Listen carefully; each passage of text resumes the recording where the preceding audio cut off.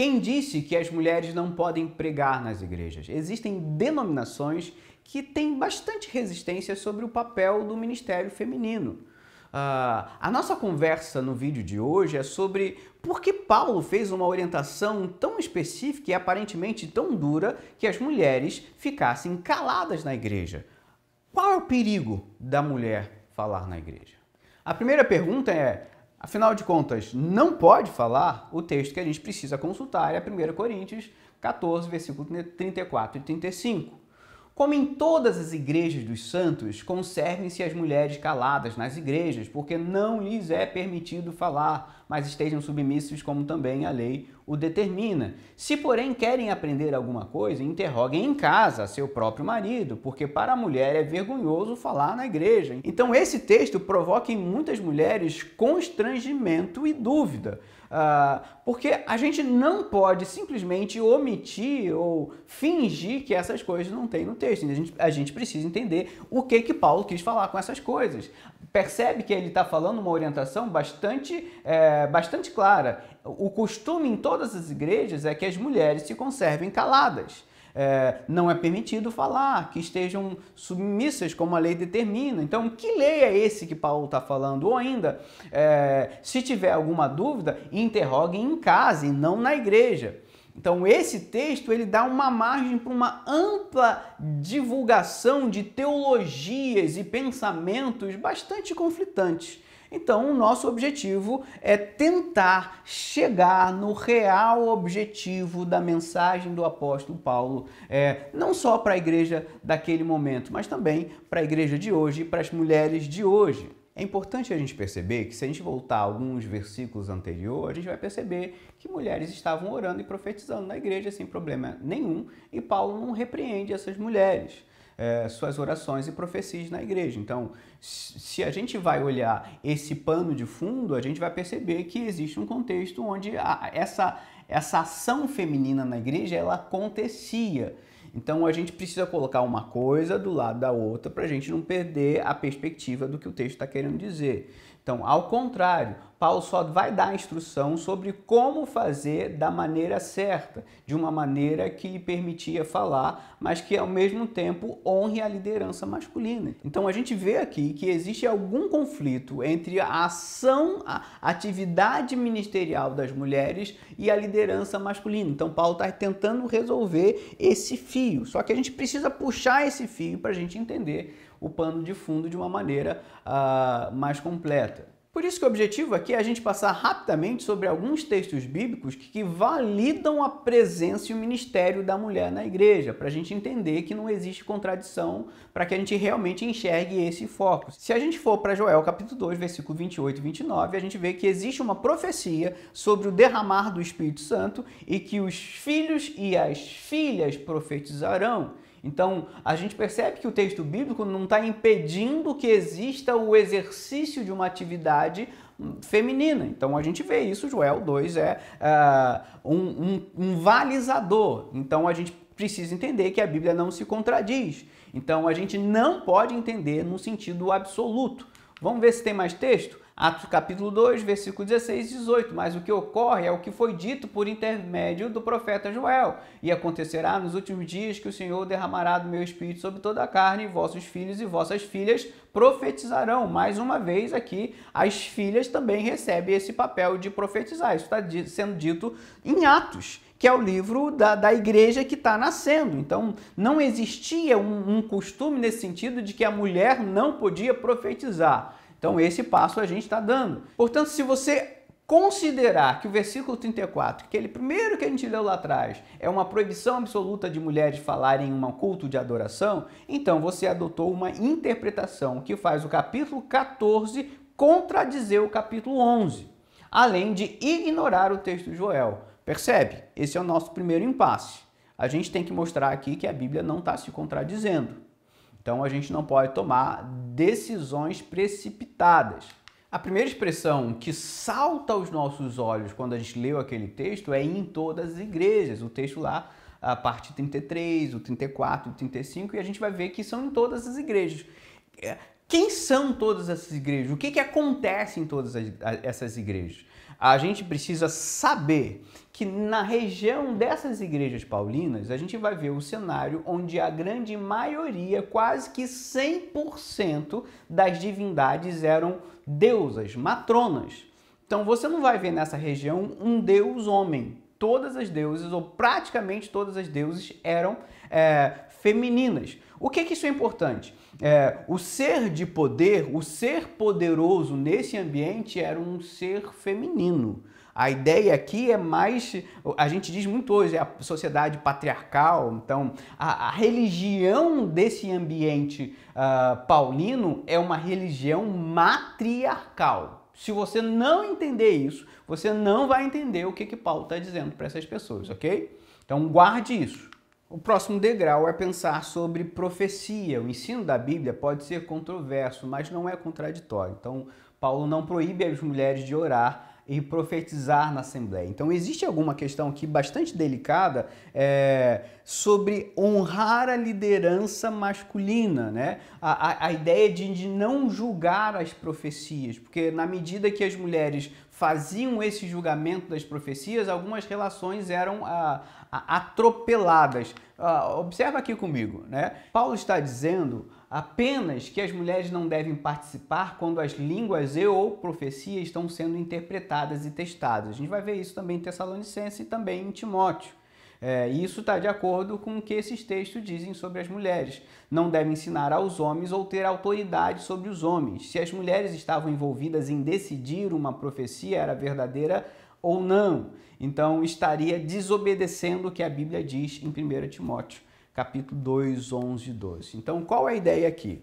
Então, existe uma relação que a Bíblia cria sobre a figura de autoridade e estava acontecendo alguma coisa na igreja. A forma que os dons estavam sendo administrados, parecia haver um atropelamento do papel e da figura masculina nas igrejas. Então, se a gente começar a entender isso, a gente vai começar a dar um passo a entender esse contexto de uma maneira mais clara. Não é sobre um machismo, mas é sobre a percepção de que a forma que os dons estavam sendo utilizados, lembra, a gente está numa cultura onde as mulheres são deusas, onde essa participação religiosa feminina é dominante. As sacerdotisas são mulheres. Então, se em qualquer templo daquela época, eram mulheres falando, eram mulheres ministrando. E por conta desse ambiente incrivelmente feminino, a participação das mulheres estavam atropelando ou desequilibrando a figura e a autoridade masculina. Então, Paulo está chamando, está puxando, opa, tem alguma coisa errada. Então, a palavra de Paulo é organizadora. Conservem as suas figuras, respeitem os seus papéis. E essa questão aqui sobre línguas é uma coisa bastante delicada, né? Então, Paulo não está proibindo aqui o falar em línguas, nem a profecia, mas é justamente nesse momento onde existe o julgamento, onde a profecia está sendo julgada, avaliada, para que a mulher não simplesmente ela engula esse lugar masculino. Você precisa perceber que a palavra de Paulo é uma palavra de orientação, não é uma teologia machista. Lembra que o cenário pagão ele é predominantemente feminino. As sacerdotisas, como eu falei, eram mulheres.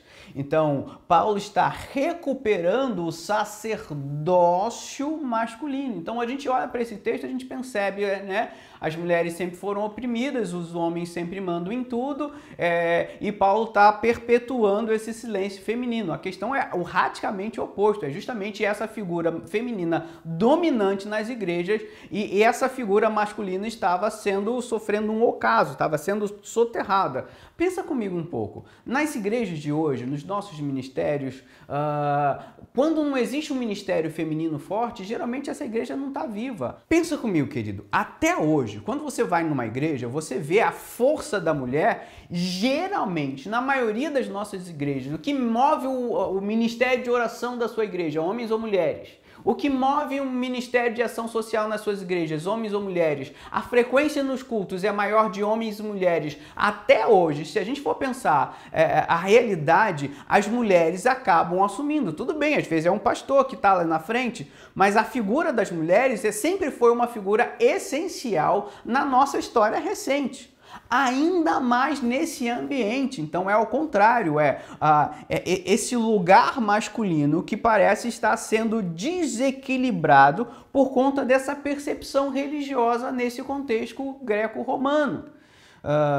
Então existe uma necessidade de recuperar a autoridade do homem, do papel do homem de frente à fé, e o cristianismo está resgatando isso. E mais uma vez, para que a gente não pense que existe uma perseguição da Bíblia em relação à figura feminina, a gente pode olhar em Romanos capítulo 16 e a gente vai ver várias lideranças femininas, ou seja, em outras palavras, a gente vai ver comunidades onde mulheres tinham um papel central na vida daquela comunidade. Por exemplo, recomendo-vos a nossa irmã Febe, uma mulher que está servindo a igreja de Cencreia. Paulo está falando de uma mulher que tem um papel de liderança, para que a recebais no Senhor como convém aos santos e ajudeis em tudo que de vós. Recomendo-vos a nossa irmã Febe. Essa, então, é uma mulher que está num papel de liderança importante nessa igreja, que está servindo a igreja de Cencreia. Então, ela é uma mulher ativa na igreja, para que a recebais no Senhor como convém aos santos e ajudeis em tudo que de vós vier a precisar. Então ela está ativa, ela está no ministério, servindo a igreja. Então tudo que ela precisar, vocês vão chegar junto. Tudo que a Febe precisar quando ela estiver com vocês, vocês vão ajudar, dar ferramenta para ela fazer, ou seja, dar liberdade para ela servir a igreja, dar liberdade para o ministério dela, porque tem sido protetora de muitos e de mim inclusive, né? Então a ideia de diaconisa da igreja. Paulo está assumindo que Febe protegeu a muita gente, inclusive a Paulo.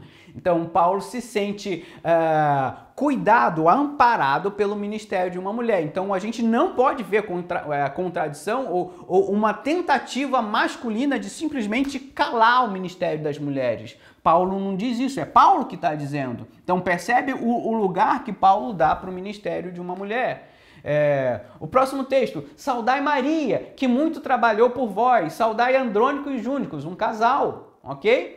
Meus parentes e companheiros de prisão, os quais são notáveis entre os apóstolos. Então esse casal não é só o marido, é o marido e a mulher, eles são notáveis, eles são conhecidos pelo serviço em Cristo. Então não tem como dizer que a mulher é excluída do ministério cristão. Saudai Trifena e Trifosa, duas mulheres. Percebe a quantidade de mulheres que Paulo está falando que tem papel de predominância, de liderança na igreja paulina, as quais trabalhavam no Senhor.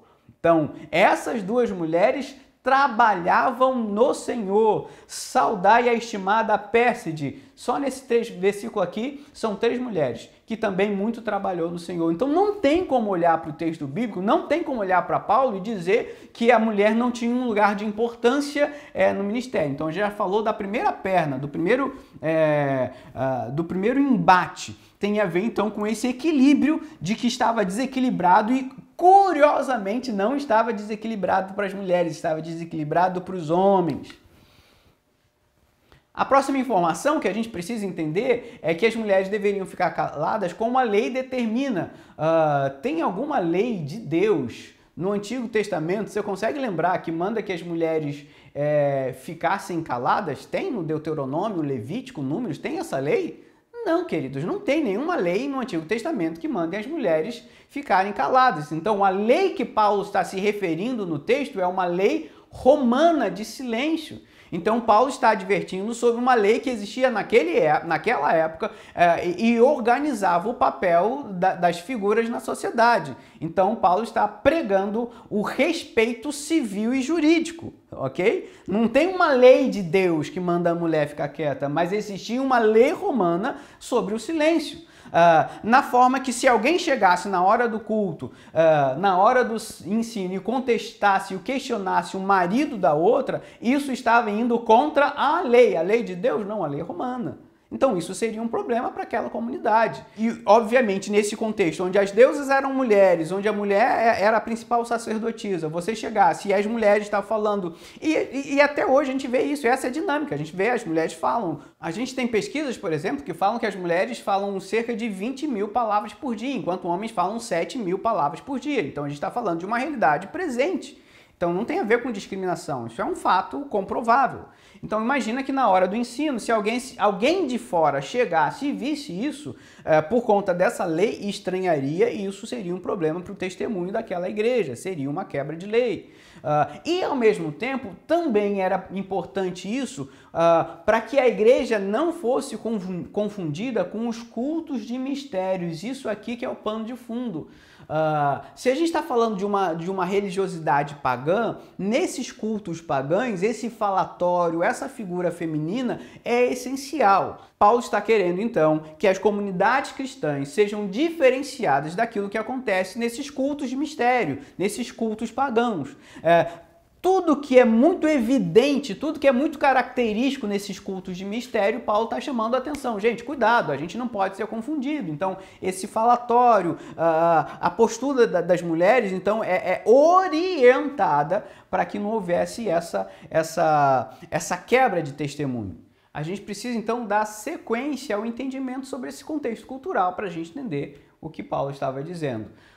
Afinal de contas, nesse momento, pouco cabelo era sinal de muita confusão. Paulo está comparando a mulher de cabeça descoberta com uma mulher de cabeça raspada. Então, existem vários textos paralelos que Paulo faz algumas orientações para a figura da mulher e nessa preocupação do testemunho, nessa relação com a sociedade. Naquele tempo, em Corinto, só uma prostituta ou uma sacerdotisa cultural é que raspava ou cortava o seu cabelo curto. Então, quando elas eram escaladas a ficar de serviço no templo, elas deveriam cortar seus cabelos, de modo que uma mulher de cabelo curto era sinônimo de uma sacerdotisa em serviço. Então lembra que essas mulheres eram devotas dessas deusas, Afrodite, Ártemis, Diana, todas elas eram de alguma forma consagradas. E quando elas eram convocadas pelo serviço religioso, então elas cortavam o cabelo. Então ela tinha um momento, é como se fosse um serviço obrigatório militar que a gente tem no Brasil. Então existe um serviço muitas vezes voluntário religioso. Então essa mulher se dirigia ao templo para fazer parte ali do seu ritual. Então uma mulher de cabelo raspado nessa época, ela facilmente era confundida desse ambiente. Então quando Paulo estava dizendo não fique de cabelo curto, que a mulher tenha cabelo longo, é uma preocupação de pai, paternal, porque imagina a confusão que uma mulher cristã poderia passar de cabelo curto na rua, ou se visse uma mulher de cabelo curto entrando dentro de uma igreja. Então, seja para uma mulher que se converteu, que já fez parte dessa prática pagã e agora está entrando dentro da igreja, ou seja de uma mulher que simplesmente achou bonitinho uma mulher de cabelo curto e agora quer ter o seu cabelo cortado. Então, Paulo está dando uma orientação muito pastoral, muito local, por conta de uma cultura. Não tem nada a ver com uma tentativa de controle, de cercear a liberdade das mulheres. Então a gente vai ver como que é pesado esse ambiente feminino nessa época. Então, eu gosto dessa frase, né? Pouco cabelo, muita confusão. Pelo mesmo motivo, ou pelo mesmo viés, as mulheres usavam um véu sobre a cabeça em público para mostrar que tinham marido e não estavam disponíveis. Sem véu na cabeça, elas poderiam ser consideradas imorais. Então a questão do cabelo curto, do cabelo raspado, do véu, todas elas remetiam numa direção de cuidado pastoral, não uma proibição espiritual que a mulher não pode isso, que a mulher não pode aquilo. Então, se a gente não entender o contexto, a gente vai começar a criar um monte de bobagem e um monte de regras que as mulheres vão ter que obedecer. Por outro lado, a gente tem o contrário, muito cabelo, pouco juízo. Nos cultos de mistério, o que acontecia é que as mulheres soltavam o cabelo, né, e começavam a rodar o cabelo e entravam em transe. E era muito comum naqueles cultos que as mulheres faziam isso. Então, em cada lugarzinho que existia um culto religioso, você via essa prática feminina. Então, em todos os lugares que você via a figura da mulher exercendo algum ritual, algum papel. Paulo está fazendo uma diferenciação. Nós somos assim, nós somos ele. Então, a gente vai ver que esse costume de soltar os cabelos, ficar sacudindo e rodando a cabeça, isso fazia parte de um culto, de ministério dessa época. Então, se alguém convertido olhasse para uma mulher de cabelo solto, a associação era imediata. Então, era uma cautela paulino de que essa pessoa que entrasse não começasse a fazer a associação e o culto fosse prejudicado. Até hoje, a gente ainda vê muito conflito sobre o que a mulher pode usar, o tipo de roupa, usa maquiagem, não usa maquiagem, e que às vezes a dinâmica de um culto pode ser atrapalhada por conta desse tipo de discussão, né? Então, essas questões do véu, do cabelo raspado, do cabelo curto, elas tinham um indício de estar em adoração a um outro Deus. E essas coisas eram, então, essa cautela do apóstolo Paulo em relação a esse tipo de coisa. Qual era o verdadeiro perigo que está em jogo? Primeiro lugar, é acabar com os abusos das participações no momento do culto naquela comunidade. Então, ao contrário do que as pessoas pensam, de que as mulheres estavam reprimidas e ninguém podia falar nada, é justamente ao contrário. Existia um abuso das mulheres em relação ao culto que estava gerando distorções e confusão no culto. É radicalmente contrário do que as pessoas pensam, né? Então, precisava acabar com esses abusos dessas participações que tinham um ar de espiritualidade, mas geravam mau testemunho, que estavam contrários à palavra de Deus. Sendo assim, o próximo raciocínio é a relação com a liderança masculina precisava ser preservada, né? O homem precisa exercer a sua autoridade também, né? O risco da atitude feminina de varrer e engolir o papel da liderança masculina. Passou tanto tempo e a gente parece que a gente está no extremo oposto. Então, se o texto está tratando uma realidade que parece muito distante de hoje, parece que a gente foi para o extremo oposto, porque hoje a gente corre o risco de que a liderança masculina varra a atitude e o lugar do ministério feminino dentro da igreja. Então, se isso é para que haja equilíbrio entre os ministérios, se a gente for para o outro lado, a gente está cometendo o mesmo erro. Porque se Paulo quer a organização do espaço do culto e que a figura masculina tenha a sua autoridade, da mesma forma que a figura feminina tem a sua possibilidade, se a gente vai para um extremo, a gente está descumprindo a orientação do apóstolo Paulo. Observe então que o que o apóstolo Paulo está fazendo é trazer equilíbrio na vida da igreja. Dentro daquela cultura, a mulher tinha um papel central e o homem tinha um papel secundário. Paulo está equilibrando as coisas. Esse era o risco daquela época. Mas se esse era o risco daquela época, a gente precisa pensar também nos nossos tempos que os riscos ainda existem. Existe sim um risco onde figuras masculinas possam simplesmente destruir e aniquilar o lugar da mulher da igreja. Esse risco é real.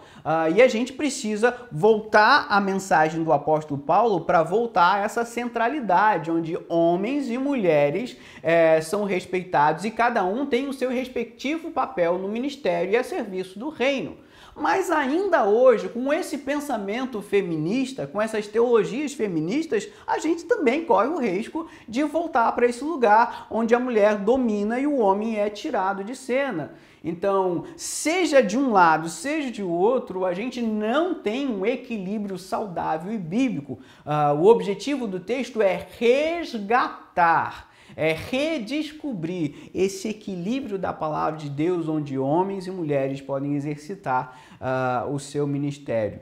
Em terceiro lugar, se a gente falou com acabar com os abusos, no momento do culto estava desorganizado, estava uma bagunça, e muitas vezes por causa dessa doutrina, desse entendimento errado do papel da mulher, as relações, como a gente falou, do papel do homem e da mulher. Em terceiro lugar, de cuidar do testemunho na igreja, para que não fossem confundidos com esses cultos dessas divindades femininas. Então, é uma questão de evitar a aparência do mal. É sobre isso. Precisamos entender que não é sobre um machismo de Paulo. É sobre perigos reais que a igreja estava correndo. O abuso nas participações do culto, a relação com a liderança entre homens e mulheres estava desequilibrada e um cuidado com o testemunho da igreja. Hoje, o risco não é que as mulheres falem ou não falem das igrejas. Hoje, o nosso risco é que todos os cristãos falem e falem sem entendimento.